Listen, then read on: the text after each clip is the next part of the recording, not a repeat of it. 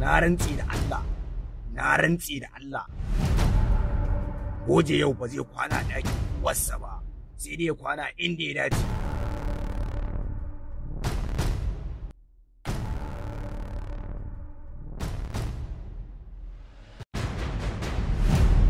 Wai kai tun ɗazu wanke motar ne? Wallahi Hajiya, ai kokari nake in ga cewa na wanke ta yi swat.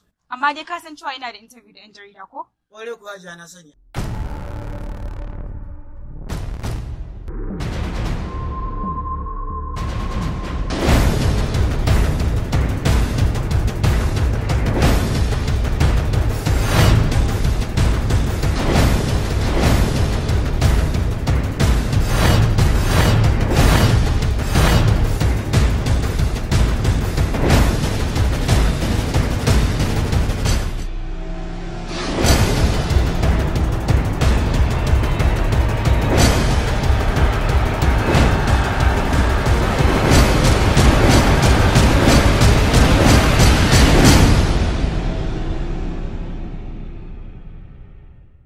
Goje.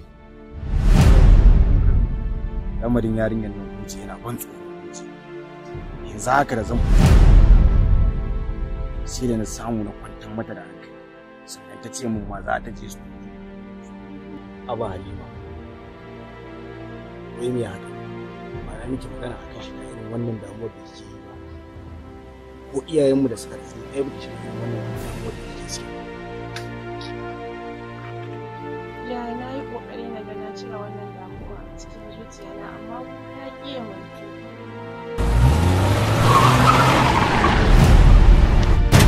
Inna lillahi wa inna ilaihi raji'un. Amma da kai dai ba mutumin kirki bane.